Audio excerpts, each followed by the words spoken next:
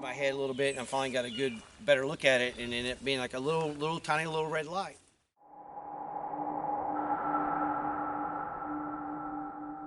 Ricocheted off that tree, or it could have rolled. But I would hear it. I would hear it hit like this, and then roll.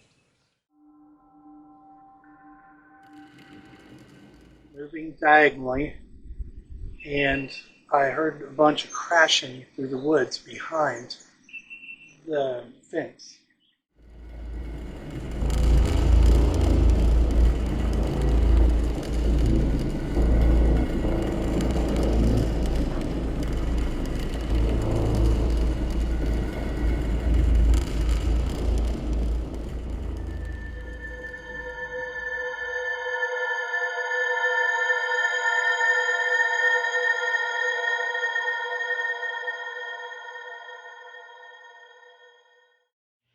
Okay, so here we are for our Bigfoot investigation weekend.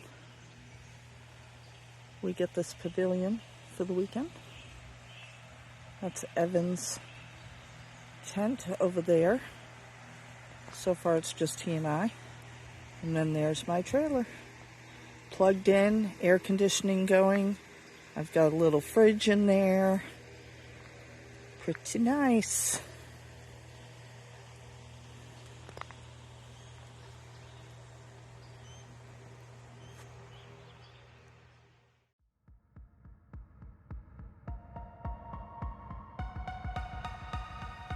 Boggy Depot State Park, located in Atoka County, Oklahoma, has a rich history dating back to 1837, when it was founded by Chickasaw Indians.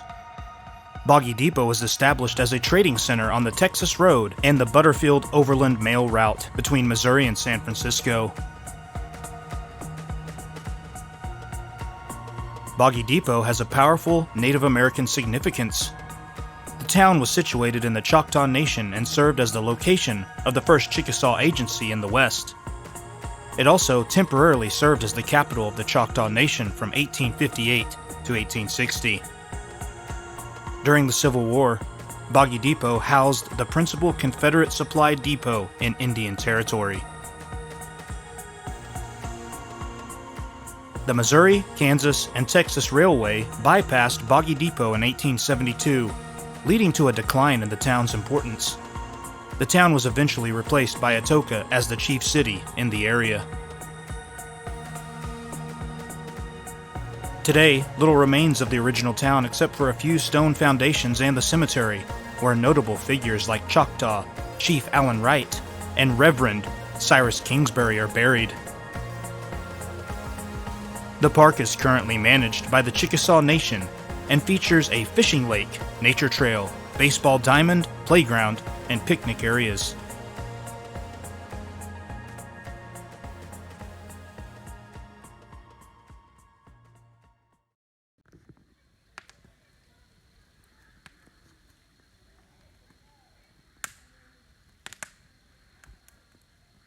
Can you see him? I think I found him. He's right there.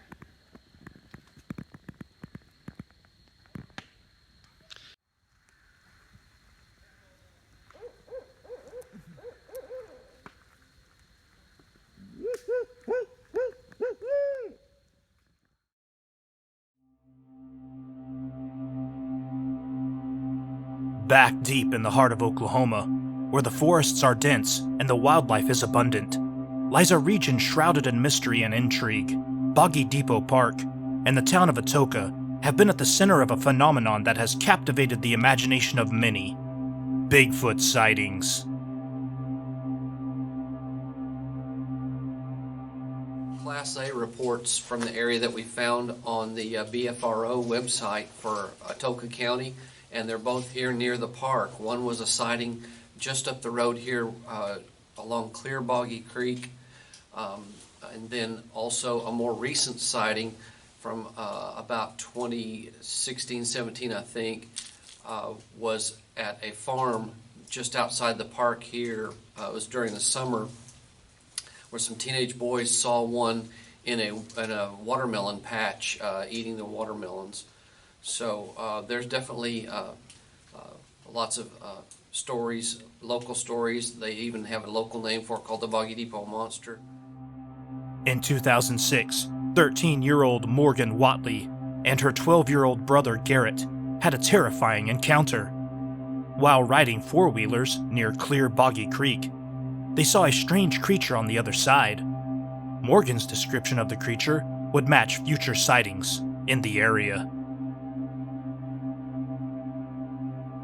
Days later, Jackie Marlowe, a local resident, had a harrowing experience that would leave her shaken. From her front porch, she witnessed the creature emerging from the tree line near her home. Jackie Marlowe's hospital visit is one of the rare documented cases where a Bigfoot sighting has had a severe physical impact on a witness. Atoka County Emergency Management Director Tracy Walker recalled the ordeal and said Marlowe was treated and released. Walker said she's heard of the Boggy Bottom Monster since she was a child, but never heard of it sending someone to the hospital until now. However, not everyone is convinced of the authenticity of these sightings. Photos of the creature surfaced, but allegations emerged that a known hoaxer in the Bigfoot community was involved, casting doubt on the legitimacy of the images. The controversy surrounding these photos has sparked heated debates among Bigfoot enthusiasts. While some believe the photos are genuine, others are skeptical due to the alleged involvement of a hoaxer. Despite the controversy, the sightings in Boggy Depot Park and Atoka remain some of the most intriguing in Bigfoot history. The question remains, what was seen in those woods, and will we ever know the truth? The mystery of Bigfoot continues to captivate us, and the stories from Boggy Depot Park and Atoka are just the beginning.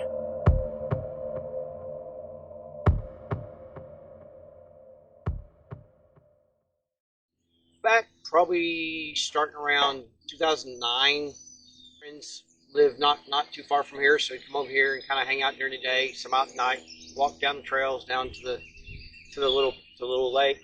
Had some action. More of 2011, 12, 13, 14, and through those years, some of us, Tim, Jerry, and Marvin, and there's probably 5 or 6 of us that would just make it 2 or 3 times a year. Sometimes we would stay the night. Sometimes we'd just be out for the evening down by the. We'll take you down there to the pond or to the little lake. But right here at this location, we've had quite a bit of experiences right here. We're on the north side of the park, where back then it was Boggy Depot State Park. Chickasaw Nations actually has and runs and operates and manages the park now. But right here, most of our time frame was the colder months, late fall, winter. It's pretty difficult to hang around here in the summer. It's pretty muggy, and the mosquitoes will pretty much carry you off. But right here, in this particular spot, we'll show you. We've had some pretty crazy. And some of the other guys that stayed here has had some of their own crazy stories of some of the things that they've personally experienced. So, for several years, we'd actually park right here and camp and set up our camp. Jerry bring an RV, or a camper actually, and just set up, cook out. We would go out, walk around. But basically over here, one evening, generally in this area right here is where we had a campfire, and it was really cold that night, probably in the low 30s. You couldn't move away from the fire for very long, You're setting its fire right up on it and you're still seeing your breath. I was facing this direction.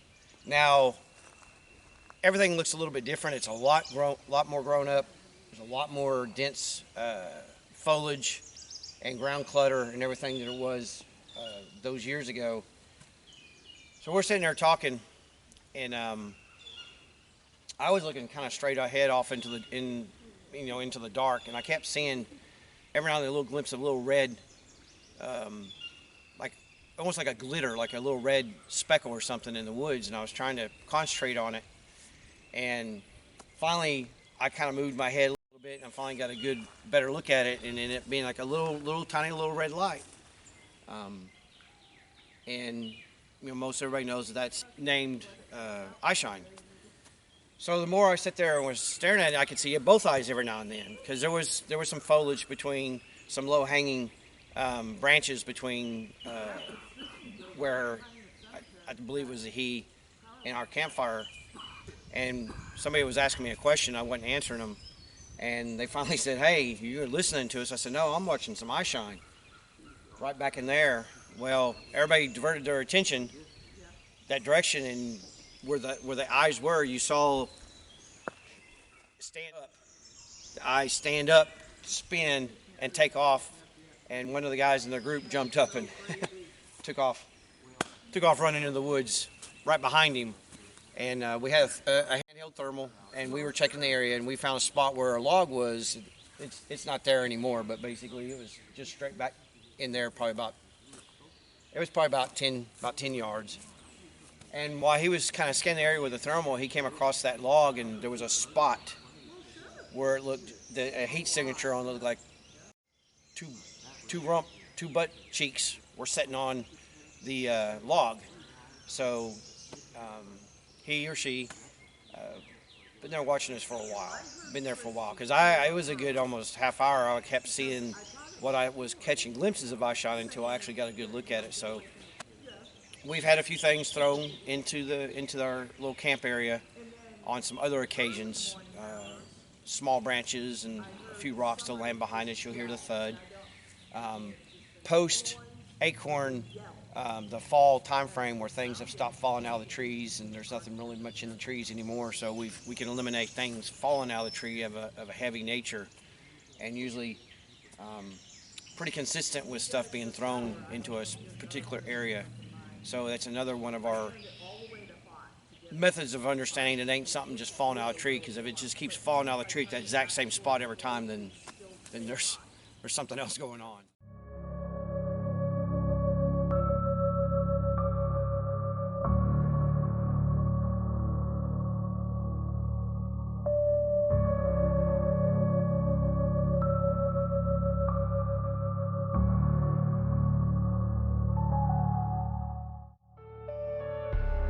The team decided to look for clues along the trails going towards the lake.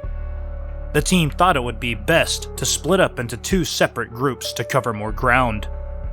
Troy and Ryan's team took the longer trail, represented in red, while Evans, Jody, and Chris's team took the shorter trail, represented in blue.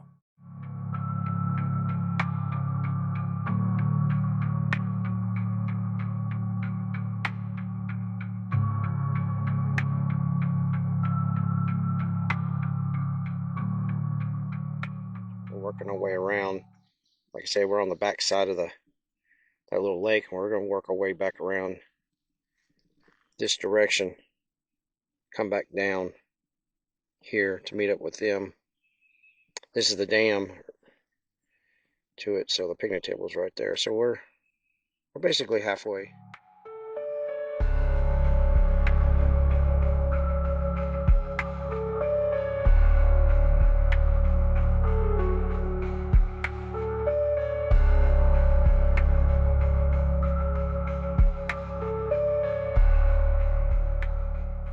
I think somebody was here before us, obviously.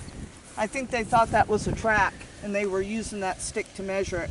Although I think they used the stick wrong, because I feel like the bottom of the heel is right here, not right there. You can kind of see some toe definition there. It's about 16 to 18 inches, that stick, and then I would say the foot is is probably what, about 13, maybe, yeah, 14. yeah. Well, we've got some measuring tape. Yeah. I say the heel stops right there. That's what it is. Okay, you say the tip of the toe is about right there? Yeah. That's 18 and a half Oh, inches. we were way off. 18 and a half inches. Wow. Okay. Let me do it this way. There you can see the numbers. Yeah, about 18 and a half.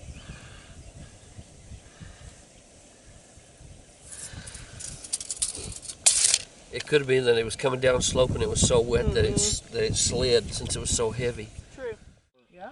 In the water there, and it disturbed the organics on the bottom of the pond and walked on down. Darn it. Looks bipedal, but they don't look like that large of prints. But No. it's definitely old because they're way washed out, but you can still tell where the soil was disturbed.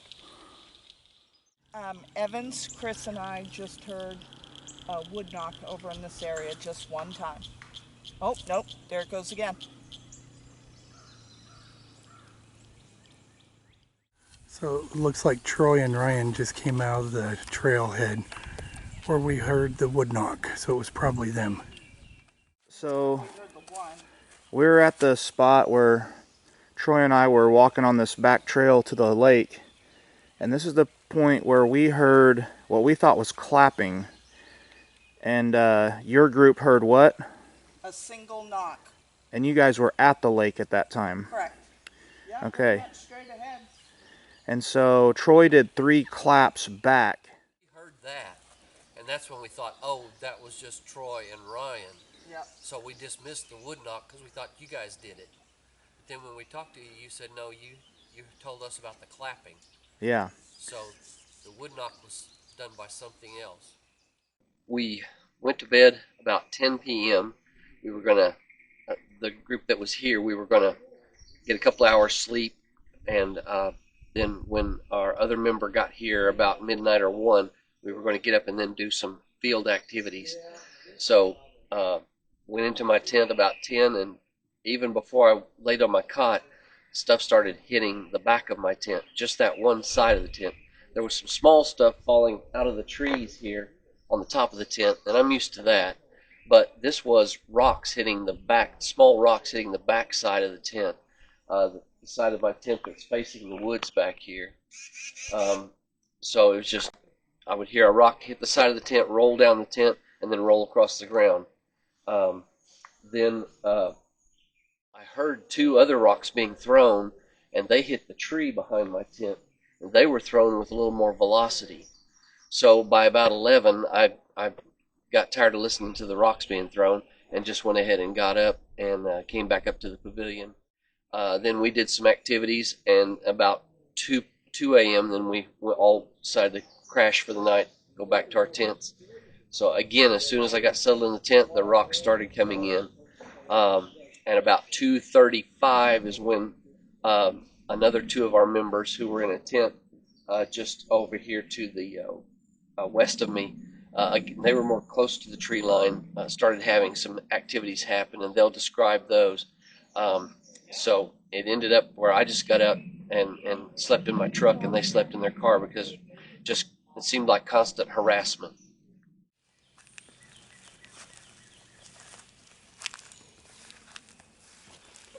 Hey, Evans.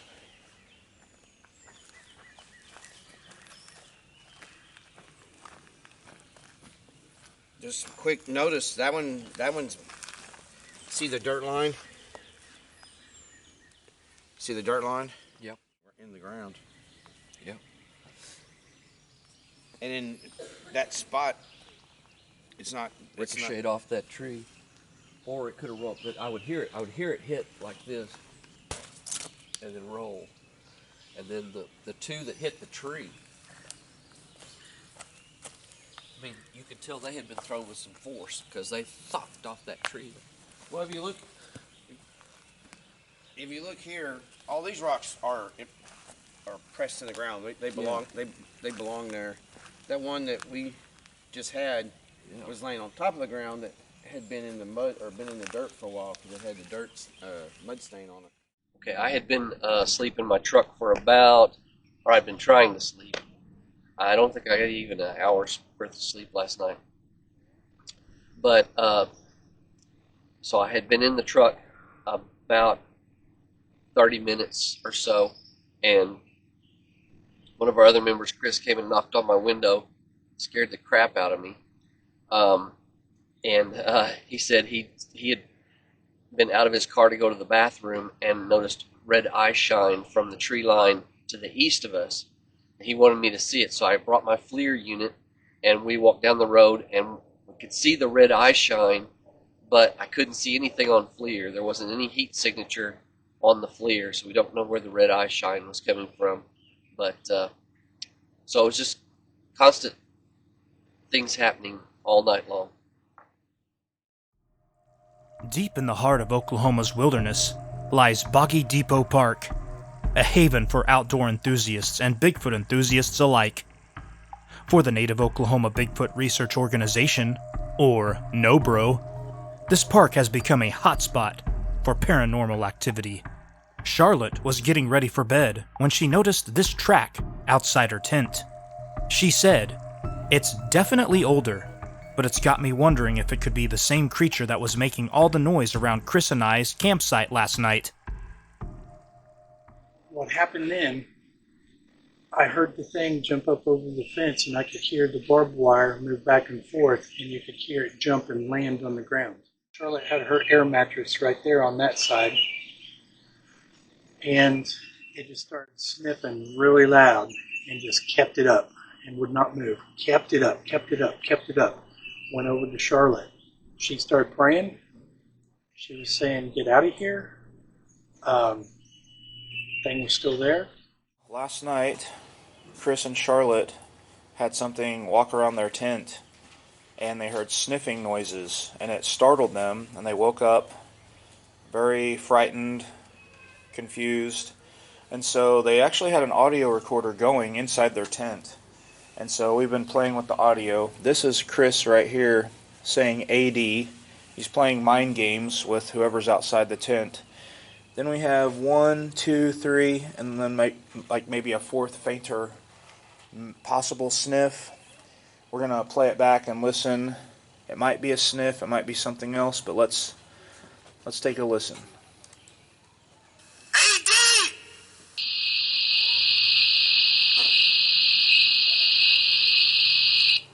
Play that back one more time. AD, and then sniff, sniff, sniff. AD!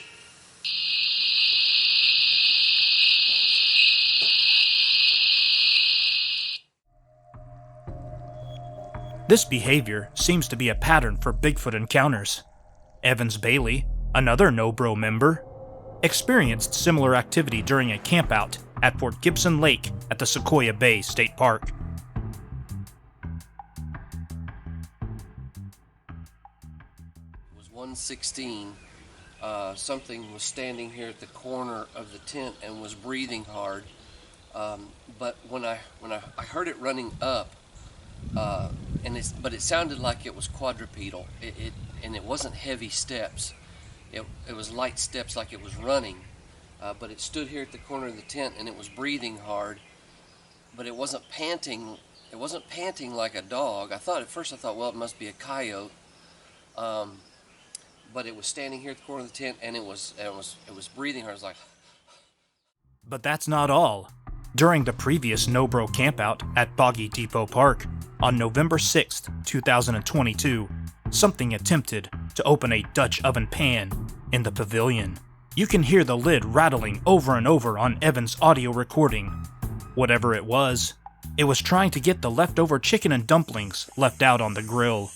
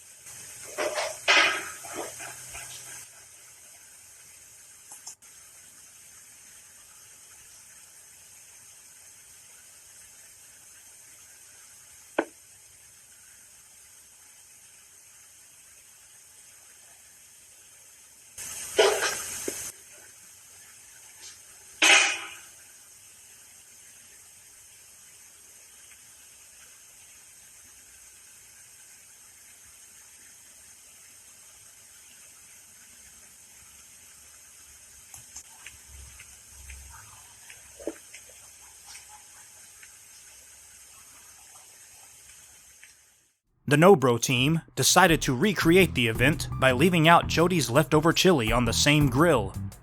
Evans planted a trail camera on a nearby fire ring, hoping to capture some evidence. Unfortunately, the trail camera only captured Troy walking through the pavilion. Will the team ever find out what creature attempted to open the Dutch oven lid? And do these creatures have the ability to produce what's known as eye shine? Charlotte's in the car. I'm seeing eye shine at the creek side on the other side, right over there. I go and knock on Evans's window. He gets his flare, looks down there. I said, "Do you see the red eye shine?" He said, "No." And I kept on pointing to the area. Finally, Evans sees the red eye shine, and it's right at the creek area. And Evans finally sees it, but he can't pick it up on the infrared. We're still trying to figure that one out, but he could see the eye shine, I could see the eye shine, and it was moving. The eye shine was moving. So that's what happened. The mystery continues. Will the NOBRO team uncover more evidence of Bigfoot's existence? Only time will tell.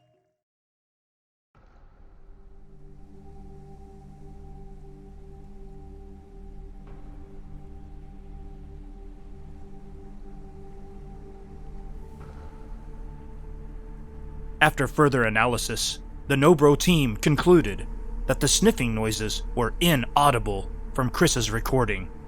So what was showing up on the spectrogram? The team discovered that the audio signatures left behind were footsteps as the creature walked around Chris and Charlotte's tent.